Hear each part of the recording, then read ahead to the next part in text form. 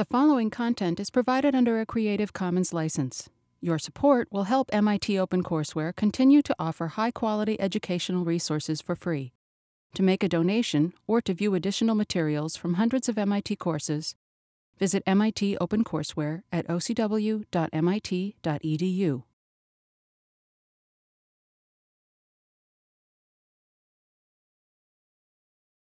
All right, cell potential. Cell potential, delta E cell, and we're going to relate this back to delta G. So as we saw with these cells, you have this flow of electrons through this circuit. They're generated at the anode from the oxidation reaction, and they go over to the cathode. And when your cell is running, it'll generate a potential difference, this delta E cell, between those two electrodes in the cell. So delta E cell has a lot of different names. It's called cell potential, cell voltage, electron motive force, EMF. All of these names are valid, can be used. I'm going to try to call it cell potential. Hopefully I'm not going to switch up. But if you see any of these, it's talking about the same thing. So overall then, if we know this cell potential, we can relate this back to delta G. And so that will then be able to tell us whether the reaction is spontaneous or not. So the overall free energy, Gibbs free energy of the cell is related to the cell potential by the following equation. So delta G for the cell minus n, the number of moles of electrons that pass through the system, Faraday's constant, and that cell potential. All right, so we can think about this at a particular time. We can also think about this equation in the standard states.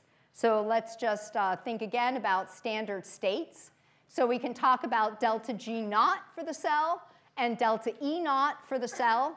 So delta E naught, the cell potential, cell voltage, EMF for the cell, in which the products and the reactants are in their standard state. And the unit here is volts. So we have a new unit that we haven't used before, I think, volts. All right, so let's look at an example of how we would then calculate our delta E naught for a cell. And we'll do the cell we've been using this whole time, our cell with zinc at the anode and copper at the cathode. And so we have our anode reaction. And again, this is our oxidation, anox. And our cathode reaction, cath red, so we can write it out as the reduction reaction happening at the cathode. And the equation we're going to use for this is the following. So delta E naught of the cell potential equals E naught, and E here is the standard reduction potential. And this is a standard reduction potential for the couple, the reaction that's happening at the cathode, minus the standard reduction potential for the reaction that's happening at the anode. So now we can look up those values in the back of the book. So we have for zinc the standard reduction potential minus 0.7628. And the standard reduction potential for the copper plus 2 electrons to copper solid reaction plus 0.3402 volts. So now, clicker question, why don't you calculate for me what the cell potential is for this type of cell?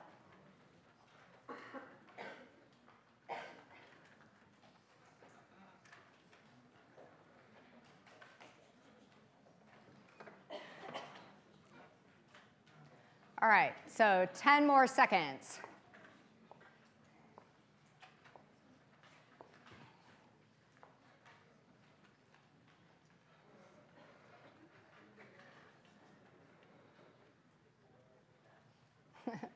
All right, 81%. That's right. So let's take a look at that over here. So the correct answer involved putting the standard reduction potential for the reaction at the cathode with the sign, without changing it, as plus over here, 0.3402, and then it's minus, and then you put the standard reduction potential in there, and this is a minus value, minus 0.7628, and minus a minus, we get a plus, and so our answer is 1.103 volts. And this is very important, and it's important to think about the reaction at the cathode, which is the copper reaction. The reaction at the anode is the zinc reaction. And a lot of people try to be too clever with these, and they're like, okay, but this one is going to be, this one's the one that's being oxidized, so I'll switch the sign and then put it in the equation and end up getting it wrong. So if you always remember, standard reduction potential put here, standard reduction potential put here, the equation already takes care of the sign issue for you. So don't do anything with the sign. Other people say, I looked through pages and pages of these potentials in the book, and the reaction I'm looking for isn't listed because they're looking for an oxidation. They're not going to find the reaction written as an oxidation in a table of reduction potentials. So all of these are listed as reduction potentials. That's what you will find.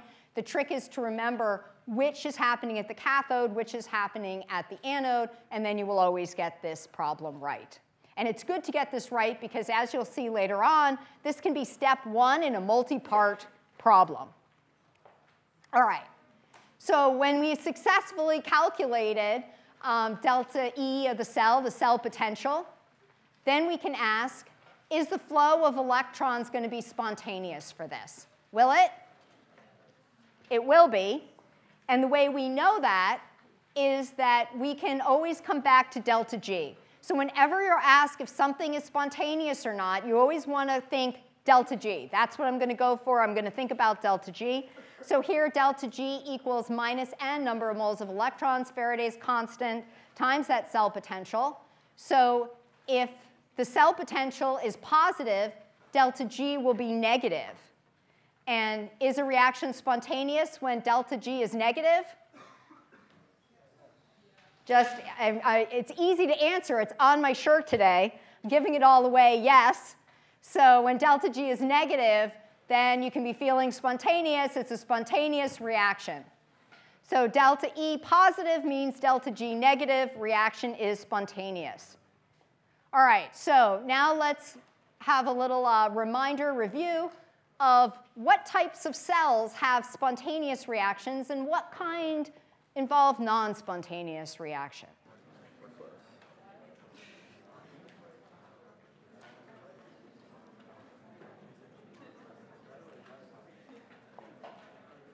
All right, 10 more seconds.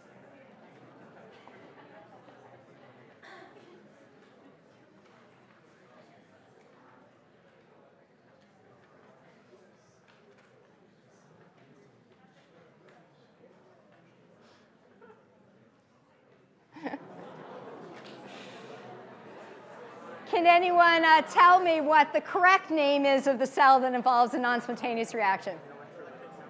Electrolytic cell.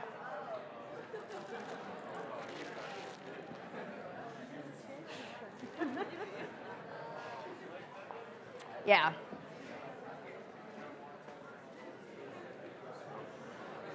All right.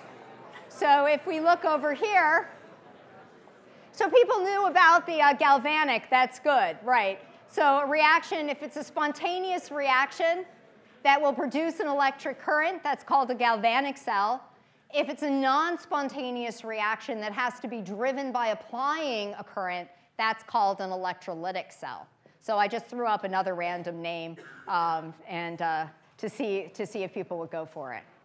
All right, so it's important to keep these in mind because a lot of the problems will say things like, in this galvanic cell.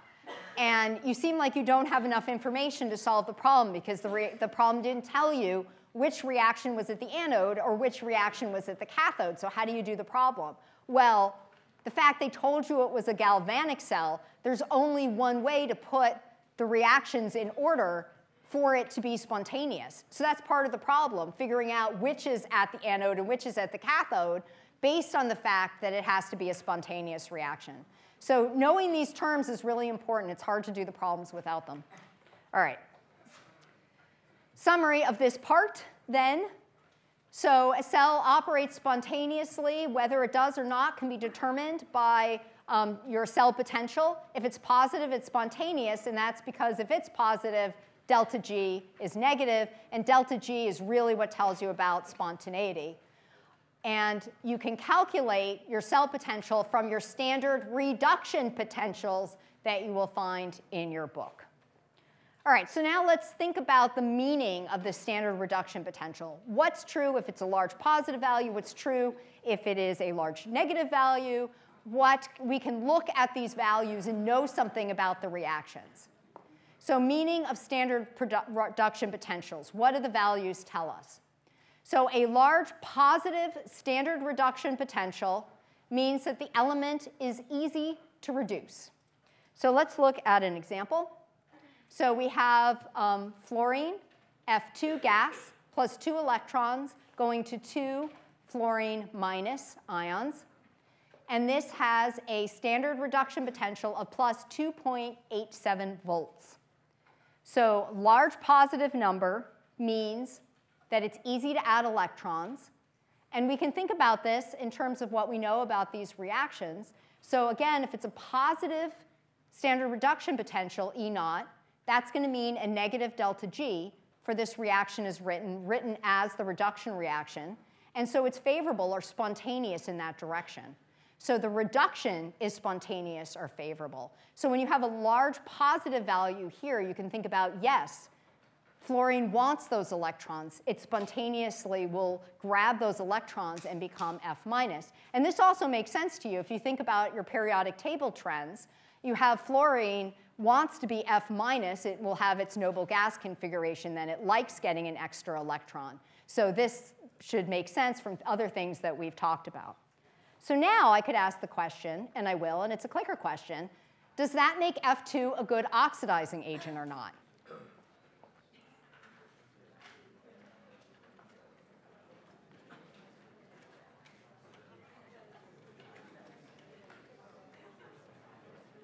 All right, 10 more seconds.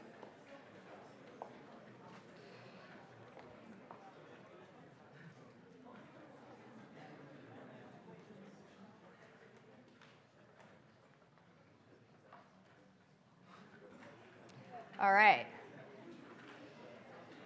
So the answer is yes. F2 is easy to reduce, which makes it a good oxidizing agent.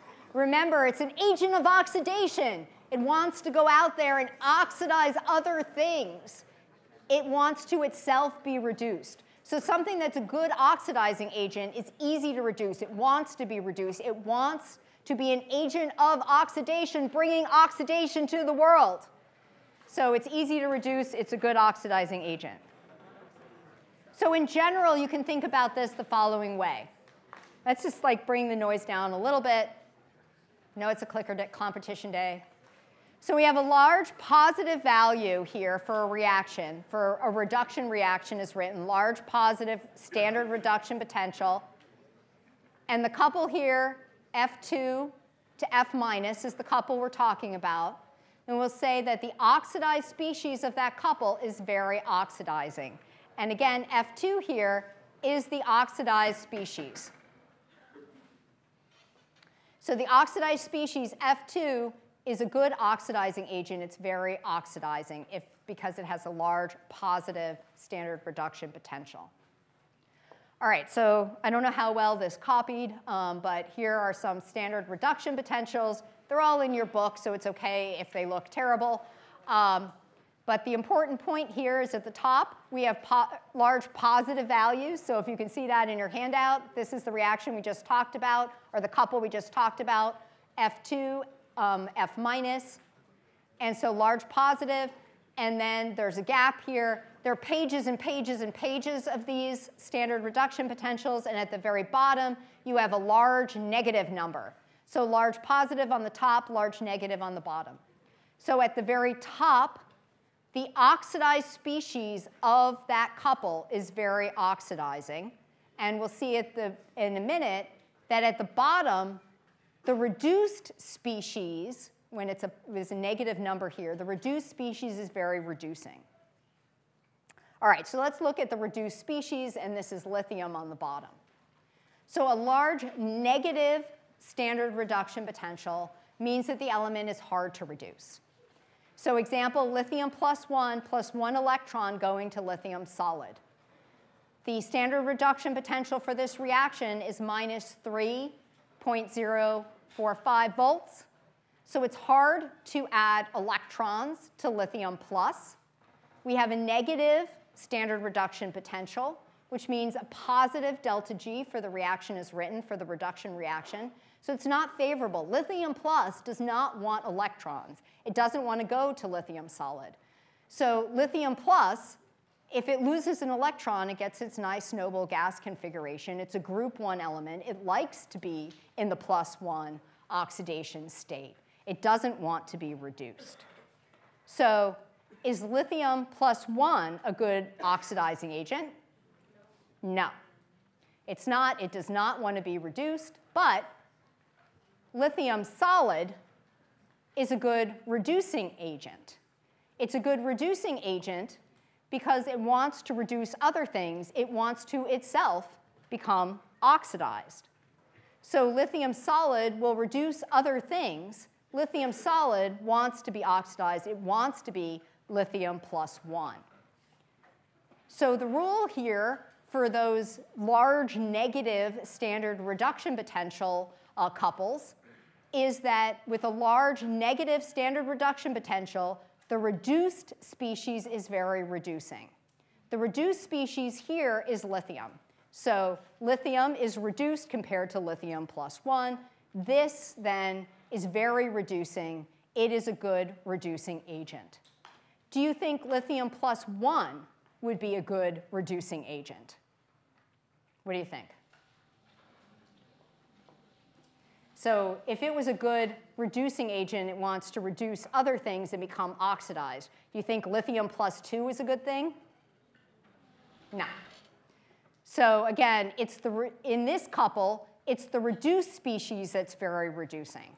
And so you have to think about this a little bit. Make sure that you pick the right one. Often you'll ask about, rank the order of these as reducing agents. And people remember this, but don't remember which species of the couple is going to be doing the thing. So think about what's happening. Lithium solid, does it want to become lithium +1? It sure does. Does lithium +1 want to become lithium +2? No. So again, back to just our table just for a second. On the top, large positive. Oxidized species, very oxidizing, negative value. Reduced species, very reducing. And now if we look at this, I don't know how well this came out in your handout either, but part of the periodic table for you, kind of compressed. Over here, we have fluorine, large positive, standard reduction potential, easy to reduce over here, good oxidizing agents. If they get an electron, if they're reduced, they get their noble gas configuration. Over here, we have these big negative numbers, easy to oxidize the solid or the neutral to their +1. So they would be good reducing agents. And so this all makes sense when you think about trends in the periodic table. All right, so today we're going to have two examples of why all of this is important across disciplines. So often these units are really you talk about making batteries and things like that, and that is important. In fact, with energy initiatives, that's become making batteries is a really hot area right now. But all these things you're learning are also related to biology and to medicine as well. And so we have one more of the in the own words segment. And John Essigmann studies DNA damage as related to cancer.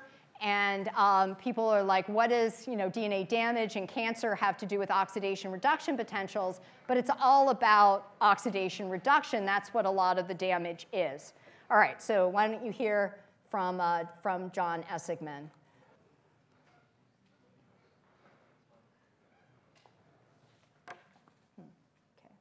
That's weird. It was starting to My name's John Essigmann. There we go. I'm in the Department of Chemistry and Biological Engineering at MIT. I'm a toxicologist by training. So I study how cells respond to toxins, and in particular, the kinds of toxins that cause nucleic acid damage. Some of these are chemicals from out in the environment, organic compounds that cause DNA damage. But I'm also interested in how chemicals inside our body, for example, reactive forms of oxygen, the molecule that we breathe, also cause nucleic acid damage. Oxidation is the process by which we convert our metabolic fuels into energy. This is a gummy bear being oxidized by potassium chlorate. This is exactly the kind of chemical reaction that goes on in your bodies, but in your body it goes on at a much slower rate. Oxygen is a double-edged sword. There are two aspects to its use that is good for us. The first one is by acting as an electron acceptor, sort of like the anode in a battery, it completes the circuit and allows us to be able to generate free energy that we can use to power vital processes. That's good. The second good thing is that it's sort of the ammunition of our innate immune system. Oxygen is used to charge the system to produce 1, 2, or 3 electron-reduced species that themselves can react with reactive nitrogen species to create a host of very damaging oxidants. Our innate immune system uses these to protect us against invaders and oftentimes, we believe, developing cancer cells.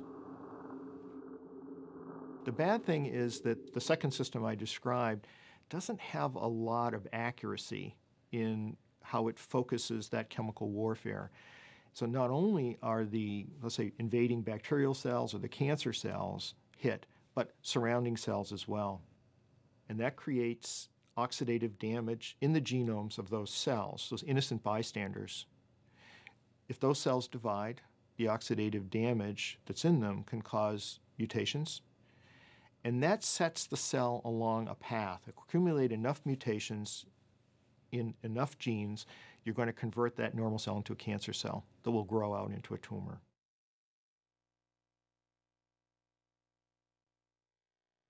So that was one of, I think, the only video besides mine that involved a faculty member, but I thought it was, it's nice to have a sort of a collection of different folks talking about their research.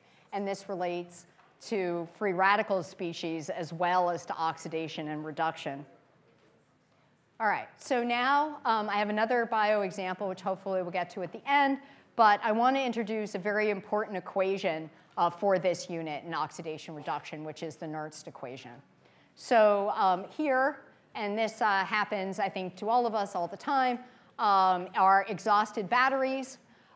So when you have a battery or you go to turn on your headphones or use your laser pointer or things like that and the battery doesn't work anymore, it's because the cell reaction has reached equilibrium. So equilibrium is a state of calmness. It's also a state of batteries not working anymore. And so what we want to, at this point, when it's at equilibrium, the cell generates 0 potential across its electrodes. It's not working anymore. It is a dead battery. And we need to think about when it reaches equilibrium, what state it's in at any given time compared to its equilibrium state. So this really brings us back to some of the ideas that we had in the chemical equilibrium unit, where we were thinking about composition of a reaction at any given time compared to the equilibrium state. So how does cell potential change with cell composition? So again, we know a lot about this, and exam 3 on Friday has equilibrium on it. So we already know a lot about what happens in relationships between equilibrium. And we know that delta G changes as the composition changes in the cell, and until equilibrium is reached. So again, reactions going forward and back at equilibrium. The forward direction equals the reverse direction, but at some given time, that is not always the case. So the equation that we know from before is that delta G equals delta G naught plus RT natural log of Q. And so we know if you know delta G and Q, you can talk about what the delta G is going to be at a particular composition of the cell with a particular value of Q. So now we can think, well, OK, here's what we know about Q, that reaction quotient, and delta G. What do we know about delta G and E, the standard or the cell potential? And we just talked about that. So we know that delta G naught equals minus n, the number of moles of electrons, Faraday's constant, times that cell potential. So now we can do a rearrangement of terms. We can combine and come up with the Nernst equation. So here are the two equations, one we knew before, one we just learned about today. And we can put those together. We can plug in for delta G here without the naught, and for delta G naught with the naught over here. And then we can divide both sides by minus the number of moles of electrons and Faraday's constant to come up with the Nernst equation. So the Nernst equation compares our cell potential under standard conditions with our cell potential at any given time based on that reaction quotient Q. So let's do an example with the Nernst equation. So let's calculate the cell potential at a particular time when the zinc plus 2 ions are 0.1 and copper plus 2 is 0.0010 molar. And we're same cell as we've done before. So step 1, very easy. We want to calculate the cell potential under standard conditions. And this is particularly easy because we already did this today. So you already told me it's plus 1.103 volts. So we could look up our standard reduction potentials for our copper couple and our zinc couple and calculate this. So we already did this. And that's why I said you want to make sure you get this right, because it's often just step 1 of a multi-part problem. So we want to get that right. OK, step 2 is calculating Q. So, and this is a clicker question.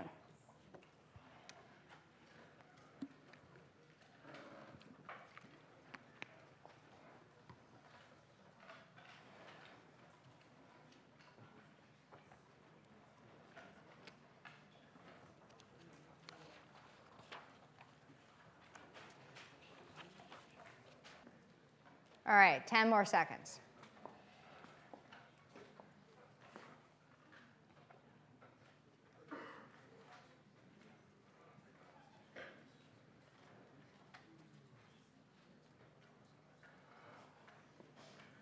All right.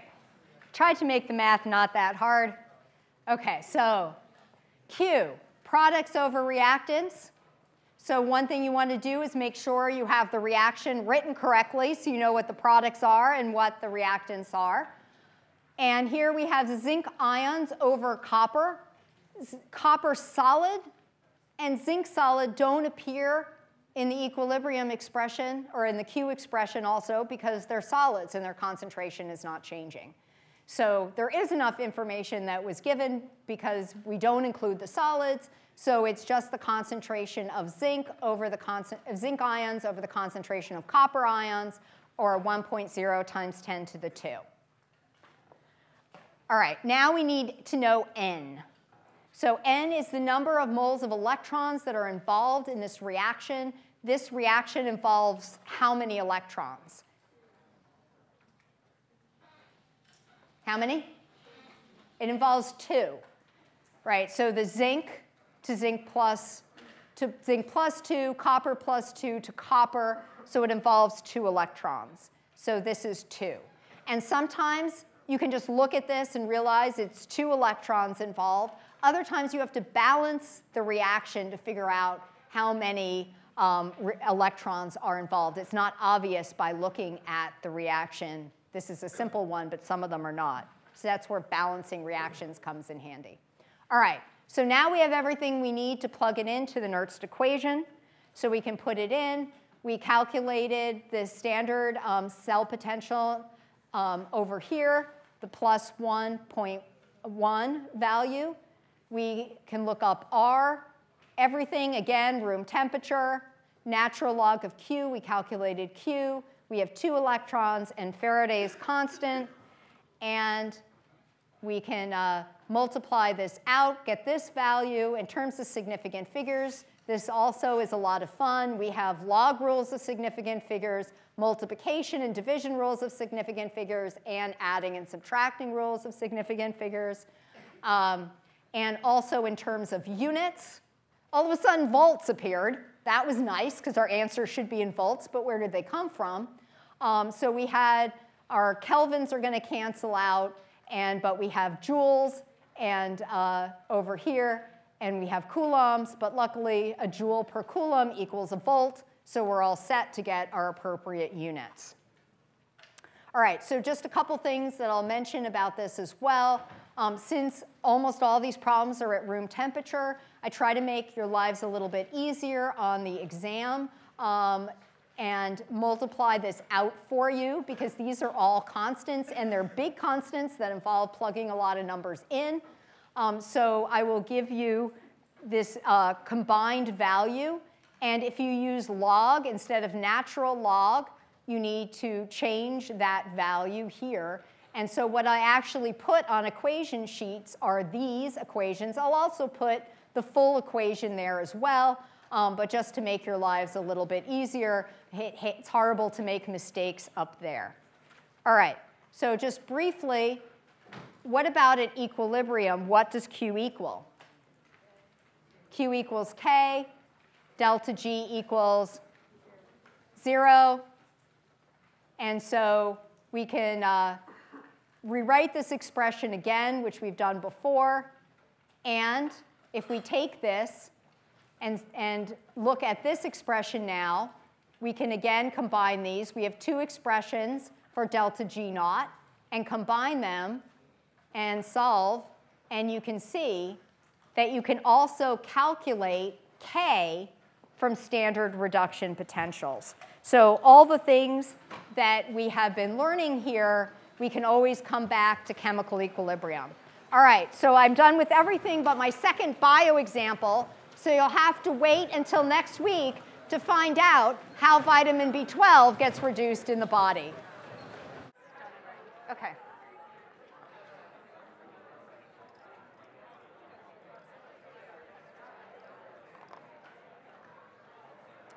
All right, let's just take 10 more seconds on the clicker question.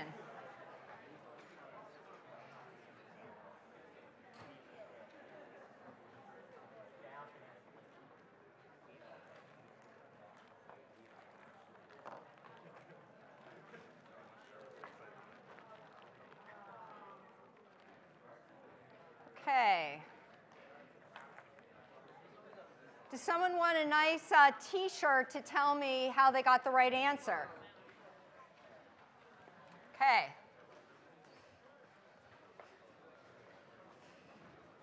Pass this back. So when you're looking at It's all quiet PB down. and zinc, zinc is going to reduce Let's quiet down. PB because it goes from a 2+ charge to no charge at all. So that's reducing its charge. And then in the reverse reaction, PB does the same thing to zinc 2+ and takes it from 2+ to a neutral charge. So. Yep, great. So the trick to this is just look at the equations and figure out what is being oxidized and what is being reduced in both directions. All right, oxidation reduction. It's not just about batteries. Batteries, of course, are very important. There's a lot of active research right now in trying to make better batteries that are more environmentally friendly, have just solving the energy problem every single possible way. But even if you're not interested in solving the energy problem, oxidation reduction is really important in medicine. So I'm just going to give you another bio example for this. So there's a vitamin in your body, vitamin B12. It has one of the largest negative reduction potentials of any biological molecule. So we ask the question, how can something like that be reduced in the body? So let me introduce you to vitamin B12. You're going to see this a couple times today. So vitamin B12 needs to be reduced to be active, but it has a low reduction potential. You need to have, this is the vitamin B12, and you'll see several more views of it, and it's in pictures in your handout of today's lecture. There's an enzyme that requires vitamin B12 and another B vitamin called folic acid. And if this enzyme is not functioning properly in your body, It leads to all sorts of things. It's connected to heart disease. If women don't have enough folic acid while they're pregnant, it can lead to birth defects, neural tube disease, where the brain doesn't form properly. Also, there is rising evidence connecting a vitamin B12 deficiency with bringing on Alzheimer's disease. And some people actually buy little B12 squirt bottles and squirt it into their nose before exams. I'm not sure that helps, but as you get older, I would seriously consider taking extra vitamin B12. All right, so since we're talking about this, we'll have a little nutrition quiz. Where do you get vitamin B12 and folic acid in your diet? First, let's think about vitamin B12. Does anyone know where you get this besides vitamin pills in food? Where do you get vitamin B12 in food? Yeah. Broccoli? Nope. I have some. We had a hand up there. Anyone else? Yeah? Meat, yes. Red meat, actually any kind of meat, but hardly ever is red meat the answer to a nutritional question. So I thought I'd put it up there in big, bold, red letters. Yeah, you get B12 in meat. Plants don't use vitamin B12, so you can eat as many plants as you want. Unless they're covered with bacteria that do use B12, you will not get any in your diet. So if you're vegetarian, you should take a vitamin tablet. You don't need much, so it's not really a problem, but it does come from red meat. What about folic acid? Any guesses where folic acid comes from? Yeah? Broccoli? Yeah, so very good. So it's the fall in New England, and hopefully some of you have gone out and seen the foliage. So folic acid does come from green leafy things. And if you're Norwegian, you will also say the following.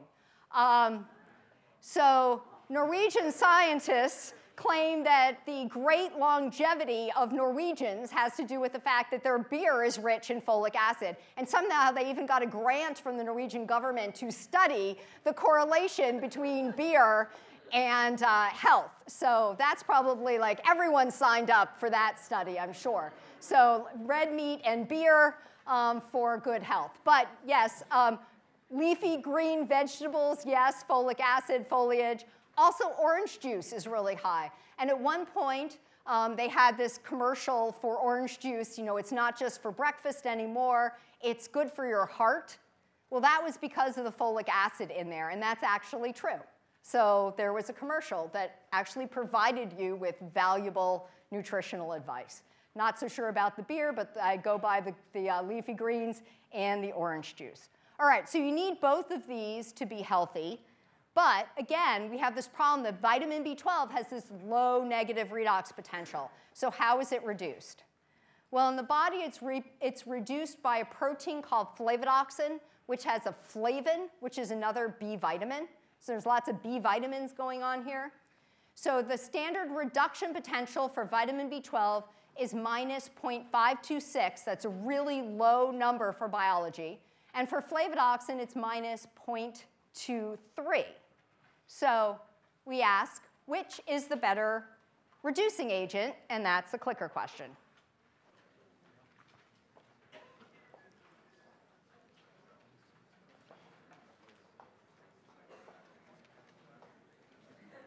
All right, let's just do 10 more seconds.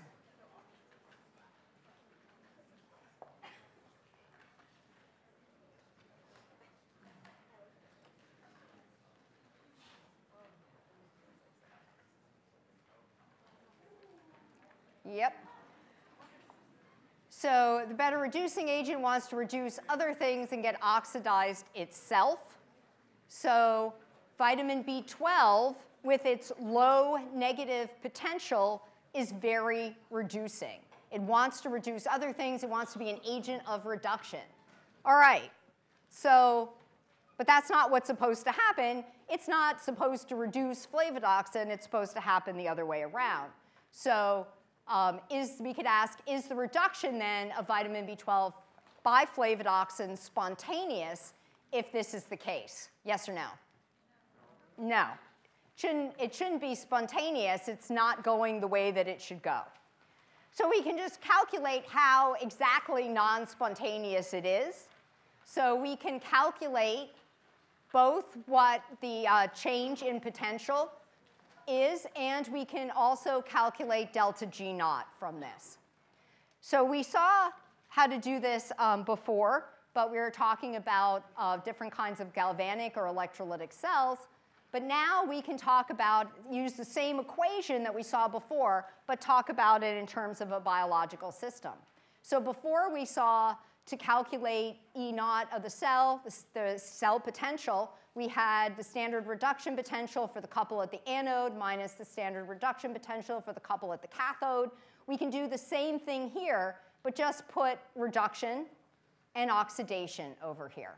So we can make this a generic equation. And we can plug our values in.